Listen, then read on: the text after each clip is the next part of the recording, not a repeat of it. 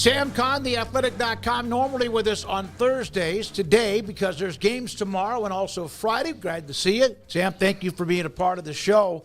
So which game, and I know the location obviously in your backyard in Arlington, no matter the weather, Ohio State, Texas, some two dogs, but which game is more intriguing to you? Is it possibly Penn State, Notre Dame or not? I think that game has the potential to be more competitive than Ohio State, Texas.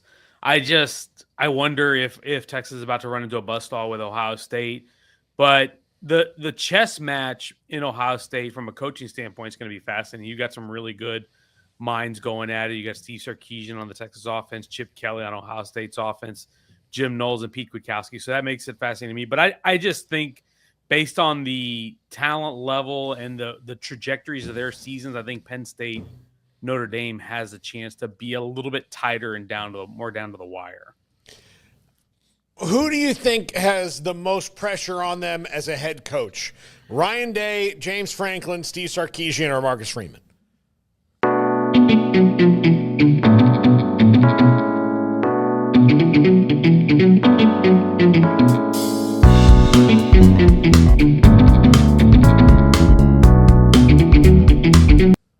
Maybe Ryan Day. It's weird to say that, but think about where he was a month ago. Mm-hmm. And now think where they are now, where they look like the odds-on favorite to win this thing. If you fall short and you fall in the semifinals at this point, what have you really accomplished with all that was invested in that roster, in that team, and you all of a sudden look like the best team in the country? If you go out and lay an egg in Texas on Friday night, I think it's a really bad look. It's not to say that he'd be on the hot seat or anything like that, but we know what the discourse has been there since he's struggled to beat Michigan. And I think it's silly to think that he would lose his job, and I don't think he would, but that wouldn't help. It would drudge back up some of the old criticisms and some of the things that we heard a month ago when he was really under the gun. So I think he probably is more under the gun than any of them, because I think Sark's in a good spot. They're in the playoff 2 years in a row. Marcus Freeman getting them in year 3 where Notre Dame expected to be in year 3, and James Franklin, they're in the semifinals. I mean, the 12-team playoffs has been a really big boon for them. I think they haven't necessarily beaten the juggernaut that you want a James Franklin team to beat to get here, but they're here, and there's really nothing you can contend with that at this point. Sam, you mentioned the buzzsaw that is Ohio State here as of late, but do you think people are maybe underestimating Texas a little bit? I mean, kind of what is your feel around them? Because there's only the Georgia losses. I mean, say what you will about how they played, but Quinn Ewers has also shown a bit of a flair for the dramatic. It's almost when he's at his best at times, and they're as talented as Ohio State, one of the only teams that can probably say that. So just what is your feel around the Longhorns? Because it does seem like Ohio State's getting a lot of this almost presumption that like they're so hot that they can't be touched right now. Yeah, I think that's one of the big reasons why the discourse has been that way, is because Ohio State looks now like we saw Texas look in the first half of the season. Like all gears are going and turning seamlessly. Texas is really, I don't want to say limp to the finish, but they certainly had their moments in the second half of the year. They had to fight it out against Vandy.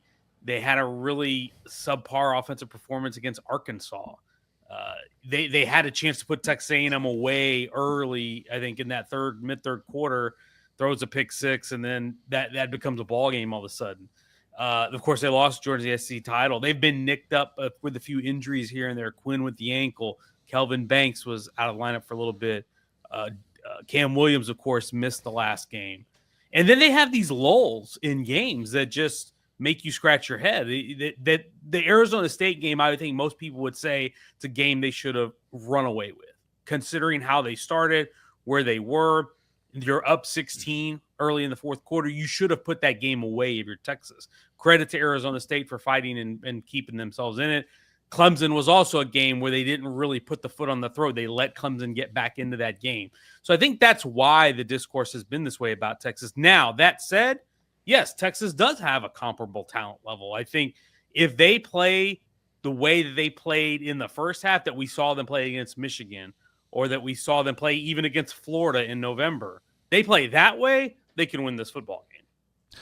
So how much do you think the legacy of Quinn Ewers changed, or maybe was boosted, because he's been good, but there have been times people, Arch and all that. But the 4th and 13 throw, how much do you think that now changes the legacy of Quinn Ewers? Obviously, they have 1 or maybe 2 more games for him to win.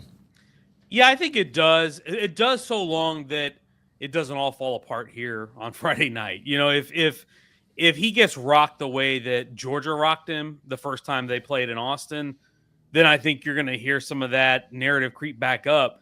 I will say that personally, I think Quinn gets a little bit more criticism than is deserved, because I think we compare him to what we think he should be and what he was projected to be. He was the number 1 recruit in the country. He was a 5-star prospect, had the perfect rating from 247 Sports or whatever it was.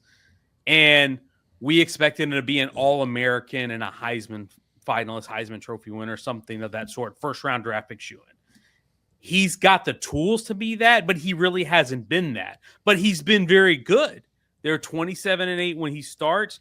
His numbers are good. He's helped them win and succeed in critical moments. We saw it against Clemson when he's making checks at the line of scrimmage and getting them in the right spots. Of course, the big one in the 4th and 13.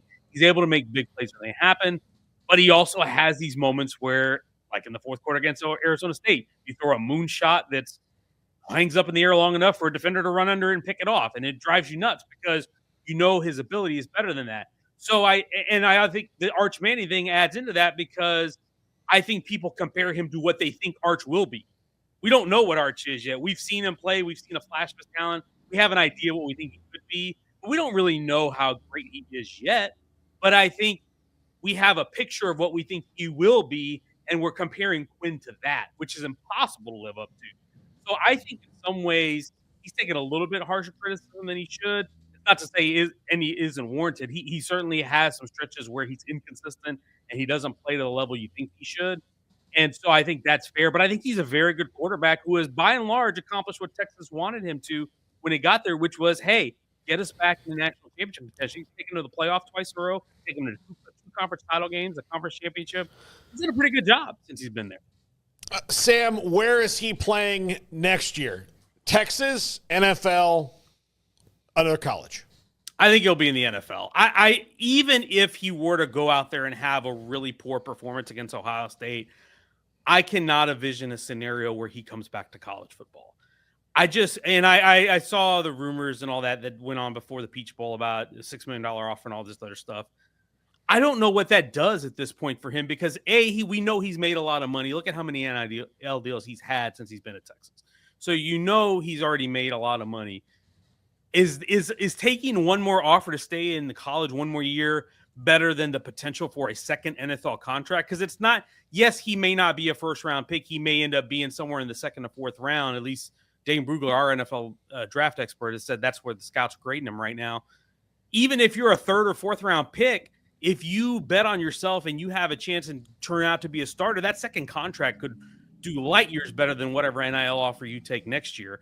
Also, we're 35 starts into his college career. I think he is what he is at this point. What is on tape is what Quinn Ewers is. I don't think another year in college is going to functionally change his draft status. And I have to imagine his agent, the people around him in his camp have probably made that clear to him.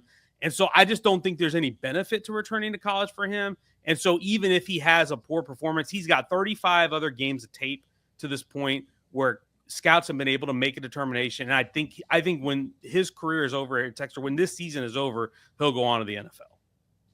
Sam, James Franklin had some comments today during his press conference alongside Marcus Freeman, talking about Notre Dame. Everybody needs to be in a conference. Everybody needs to play the same number of conference games, this, so on and so forth. How close do you think we are to somehow somebody forcing Notre Dame into a situation where they have to join a conference, which seems pretty low percentage to me? And how close are we to having more uniformity? I mean, I don't know if you saw his comments or not, but he just seems to kind of want everybody to be equal across the board, and that seems like it should be pretty simple, but it also seems like it's asking for the world to be moved sometimes when you bring up things like that. I'll tell you, I was more amused by his comments about Marcus Freeman's hairline, especially yes, that was good the too. bald guy. That was great. Look, I don't think Notre Dame's moving off independence anytime soon for anybody. I think it would require us to move mountains to get them to do it because they do not have to share their television pie with anybody. And that ultimately is the biggest boondoggle to making that happen, is because then if you go to a conference, you have to split that money with somebody else. Why would you do that? Oh, by the way, they already have carve outs in the CFP structure and the voting and all that stuff for themselves. So if you don't need it for voting and governance structure and you don't need it for TV money, then what do you need it for? I guess for the first round bye, but it sounds to me like based on all the discourse around the playoff in the first year, we're going to get to a point where we're not seeding based on conference champions anymore. We'll get conference champions get an auto bid, but we won't. I think eventually we'll move to just seeding the teams as they're ranked as opposed to based on 4 highest conference champions. So then that'll move that out of the way. So there's really no benefit to Notre Dame doing it, I don't think. Unless somehow their TV revenue or their appeal to a national audience takes some kind of major dip, then in that case, I think it would make sense. I understand where Franklin comes from, and I understand where every other school comes from because it's like, hey, we have to fight through this, and we have to play this conference schedule and all this stuff, and they don't have to do that. I totally get it, and they have to play a conference championship game, which Notre Dame does not. But I just don't think anybody's going to ever move Notre Dame off of that. Yeah, but a lot of people don't have to play a conference championship game, too. Like, if they're going to be a 12-team playoff, I mean, Ohio State didn't, right? They weren't in it. So there's not much difference there. Sam, who you got? I've got Notre Dame and Ohio State. I think Notre Dame, to me, from the start of this thing, they felt like the team that was playing, that was constructed in the way on that side of the bracket that could get through. I don't think I've moved off of that at this point. And how well they played defensively. Remember from the start of the year, I remember seeing them when they played A&M in person. And gosh, they're really good defensively.